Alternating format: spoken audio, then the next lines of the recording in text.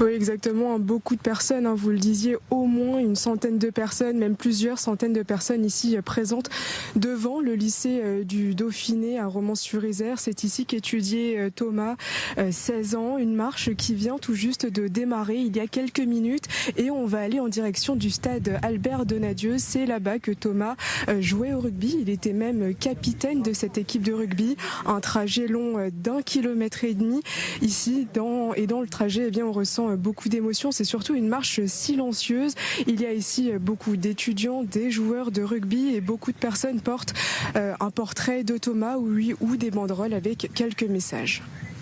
Merci beaucoup Noël et Arthur Grolet qui vous accompagnent pour ces images. On vous retrouvera, je l'espère, dans quelques instants avec des participants de cette marche, vous l'avez dit, organisée par ses parents. On va parler des bouleversements parce que cette mort, cette injustice a bouleversé la France. Beaucoup de réactions politiques. On attend le Sénat avec une prise de parole de Gérard Larcher dans l'après-midi. Le président s'est exprimé, le porte-parole du gouvernement, le ministre de l'Intérieur, même le ministre de la Justice s'est exprimé. On écoutera son désir de fermeté. C'était à la sortie du Conseil des ministres. Anne, le porte-parole Olivier Véran s'est exprimé. Alors, il y a eu deux interventions. On va revenir parce que la deuxième intervention est très intéressante. Il s'agit de récupération politique. Et ça a été l'un des cris de la famille du jeune homme, pas de récupération politique. D'abord sur ce qui s'est passé, sur le choc. Anne. Thomas avait 16 ans, il était passionné de rugby, c'était un garçon apprécié de tous, il était toujours présent pour sa famille, pour ses amis, il avait la vie devant lui, une vie qui lui a été enlevée par un acte atroce. Au nom de tous les Français, je veux adresser un message de solidarité et de soutien à sa famille, à ses proches, et plus globalement à toute la population de ce village de Crépol qui tente de se remettre de ce drame terrible, absolument inacceptable, et qui, je le dis, sera puni, comme il se doit. Alors Olivier Véran, le porte-parole du gouvernement, qui a parlé aussi de récupération politique, il appelle à ne pas céder justement à cette récupération politique. Écoutons ce porte-parole du gouvernement. Se poser des questions et apporter des réponses aux Français, c'est normal. C'est normal. Par contre, exploiter avant d'avoir les réponses aux questions qui sont posées les choses de manière à essayer d'instrumentaliser un procès politique, c'est anormal. Qui en particulier ? Est-ce que nous sommes... Je ne rentrerai pas dedans. Je ne rentrerai pas. Vous visez forcément quelqu'un en disant ça. Je vous dis juste qu'aujourd'hui, ce dont les habitants de Crépol ont besoin, c'est de la sérénité, de réponse, de soutien et de sécurité. Julien Arnaud, c'est un mot essentiellement à l'usage, destiné à ceux qui se sont exprimés, notamment à droite. Il y a eu des mots très forts. Ça a été beaucoup plus de prudence à gauche, du côté notamment de Fabien Roussel. Mais quand on voit qu'Éric Zemmour parle par exemple de francocide mené par des racailles, les mots sont extrêmement forts. Oui, razzia pour Marine Le Pen par exemple. Éric Ciotti a réagi aussi immédiatement. Donc si on schématise, on a de la droite ou de l'extrême droite qui effectivement a beaucoup réagi.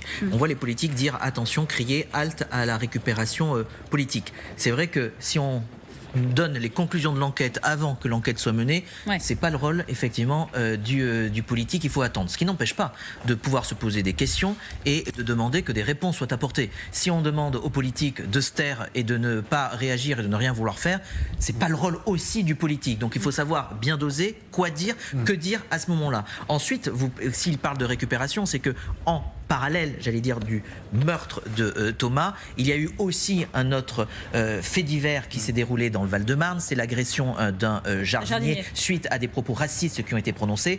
Et beaucoup ont dit à droite, regardez, la gauche ou l'extrême gauche est plus prompte à réagir à ce second fait divers plutôt qu'à commenter ce qui a été commis contre le jeune Thomas. Vrai et faux, parce que l'un, comme François Ruffin de la France Insoumise, a réagi aux deux événements qui se sont déroulés. Gérald Darmanin, le ministre de l'Intérieur, a réagi aux deux événements qui se sont déroulés. Donc on voit bien que certains, veulent exploiter et qu'on est dans un camp contre un autre camp. Et ça, j'allais dire, c'est jamais bon, car quand il y a une polarisation d'un côté comme de l'autre, c'est toujours au détriment d'une action politique qui doit être menée par la suite. Vous voyez ces images, Romans-sur-Isère, beaucoup de monde à cette marche blanche organisée, encore une fois, si vous venez nous rejoindre, par la famille de Thomas. On va retrouver Noélie et Arthur Grolet qui sont sur place, avec à vos côtés un participant à cette marche.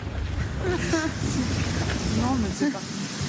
Oui, exactement. On est au cœur de cette marche qui a démarré ici il y a quelques minutes devant le lycée du Dauphiné à Romans-sur-Isère. Alors on est en compagnie d'Harmonie. Vous êtes venu avec quelques amis et vos mères. Pourquoi est-ce que c'était important pour vous de venir ici aujourd'hui ? Parce que ça pouvait être comme notre petit frère, comme notre petite sœur ou n'importe qui touché dans la famille. C'est important de se rassembler après de tels actes ensemble, de montrer qu'on est tous pareils et qu'on se soutient avec ces actes-là en fait. C'est très important pour nous et on s'est tous libérés en fonction de notre travail. Vous nous disiez que vous connaissiez, vous, cette salle de fête de Crépol. Vous-même, vous y avez déjà été lorsque vous étiez plus jeune. Est-ce que c'est quelque chose d'étonnant de voir cet acte ici ? C'est même choquant de voir ça parce que nos campagnes voisines sont très calmes et on a tous passé des soirées, très, très bonnes soirées entre copains-copines. Et cet acte-là, ça c'est pas pardonnable et maintenant ça prive nos jeunes de profiter de nos soirées qu'on a vécues avant. Et toutes nos fêtes de village vont s'annuler les unes après les autres parce que ces gens-là se permettent de telles choses. Est-ce que ça crée une inquiétude dans la population ? Est-ce que ça va changer vos habitudes ? Bien sûr, actuellement, je suis jeune maman. Je me fais du souci pour le futur. Et je me dis que mes neveux qui vont avoir l'âge de profiter comme Thomas, on va les priver de leur soirée parce qu'on va être très inquiets. Merci beaucoup Harmonie. Alors là, la marche blanche continue. On va en direction du stade Albert Donadieu. C'est là que Thomas jouait au rugby. Merci beaucoup Noël, merci à Arthur Grolet qui vous accompagne. On vous retrouve bien évidemment tout au long de cette marche blanche, je vous le rappelle encore une fois, organisée par la famille de Thomas, cet adolescent de 16 ans tué d'un coup de couteau dans une risque la nuit de samedi à dimanche. Il y a beaucoup d'émotions, ce drame émeut la France entière, Alexandra Guillet. On a vu aussi la maman de ce jeune Thomas donner une interview à Paris Match. Elle est complètement dévastée, elle parle de folie furieuse. Ils m'ont pris mon fils. Ils ont commis ce meurtre d'un jeune homme qui était en finalité calme et qui n'avait aucun problème avec personne. Oui, une interview évidemment poignante. On imagine le choc pour cette famille. Une mère qui était partie d'ailleurs pour le week-end, qui avait laissé ses garçons. Ils sont 3 garçons dans la famille. Et ce jeune Thomas de 16 ans était allé à cette fête où il était déjà allé plusieurs fois au cours de l'année avec son grand frère, un de ses grands frères, qui a donc assisté lui-même à la scène. Et donc il raconte dans cette interview effectivement accordée à nos confrères de Paris Match. Et cette mère de famille évidemment sous le choc et qui parle de Thomas comme un jeune homme plein de vie, sans problème, très aimé de ses amis, qui était sage et et elle a ces mots très forts et très durs. Ils m'ont enlevé mon Thomas et parle effectivement de folie furieuse. C'est un acte gratuit. Parce que je crois que le seul tort de Thomas, c'est de s'être tout simplement interpellé au cours d'une bagarre, d'une rixe qui a opposé plusieurs personnes. Je le rappelle, puisque le jeune homme de 20 ans suspecté d'être l'auteur du coup porté habite d'ailleurs Romans-sur-Isère, juste là où se déroule la marche blanche actuellement. Oui, effectivement. Alors les 9 personnes qui ont été interpellées hier semblent toutes être originaires de Romans-sur-Isère. Pour autant, effectivement, avec les surveillances qui ont été mises en place, les enquêteurs sont intervenus très vite dans les interpellations car ils se sont rendus compte que certains d'entre eux tentaient de partir et d'ailleurs sur les 9, 7 ont été interpellés à Toulouse, à plus de 450 km de là hier. Je vous propose justement d'aller à Toulouse. On va retrouver notre envoyé spécial Clément Gauvin. Clément, merci d'être là. Alexandra le disait, 7 personnes interpellées à Toulouse, dont certaines se préparaient à fuir, à quitter la France. Alors je crois que l'Espagne a été évoquée comme première piste. Ce n'est plus vraiment aujourd'hui d'actualité, ou en tout cas confirmé. 7 personnes, un travail d'enquête minutieux, hyper rapide de la part des gendarmes. Est-ce que vous pouvez nous donner quelques éléments sur ce précieux travail qui a été fait ? Oui, tout à fait, vous le disiez, 9 interpellations au total, dont 7 ici à Toulouse.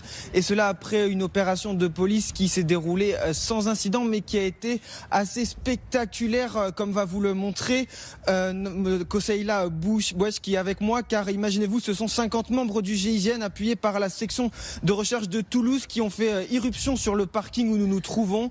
Les 7 personnes interpellées, âgées entre 17 et 23 ans, sont pour certains connus de la police et de la la gendarmerie et les enquêteurs sont convaincus qu'ils souhaitaient se rendre à l'étranger après leur halte ici.